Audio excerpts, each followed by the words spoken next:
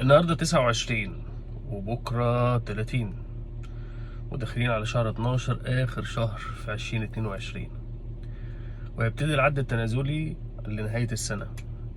وهنا لازم تسأل نفسك، انت داخل على سنة جديدة، مين هيخش معاك؟ مين هينزل السنة اللي فاتت دي ومش هيكمل معاك السنة الجديدة؟ مين هيفتح معاك الباب الجديد في السنة الجديدة؟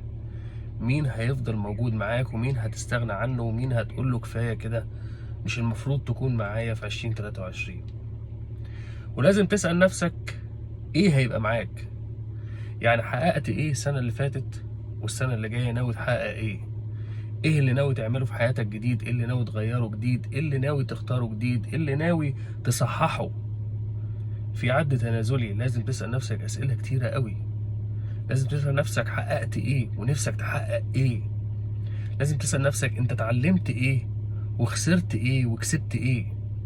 لازم تسأل نفسك انا بقيت افضل ولا انا محتاج اتغير. خد بالك، مش معنى ان انت خسرت السنه اللي فاتت او ما حققتش حاجه كده الحدوته خلصت، لا خالص. انت ببساطه شديده عندك فرصه جديده جميله اسمها سنه جديده. حاول تستغل اللقب الحلو ده سنه جديده، وتغير الحاجات اللي انت تعبان منها، وتغير الناس اللي تعبان منها، وتغير العادات اللي تعبتك، وتغير الحاجات اللي جيت فيها على نفسك وضايقت نفسك وتعبت نفسك عشان ناس تانية والناس دي ما بقتش موجودة. حاول تستفيد من فكرة اللقب الجديد سنة جديدة.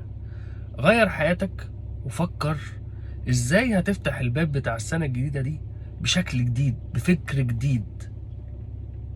انت محتاج ده. انت محتاج تبقى سنة جديدة، تبقى جديد من جوه وجديد من بره.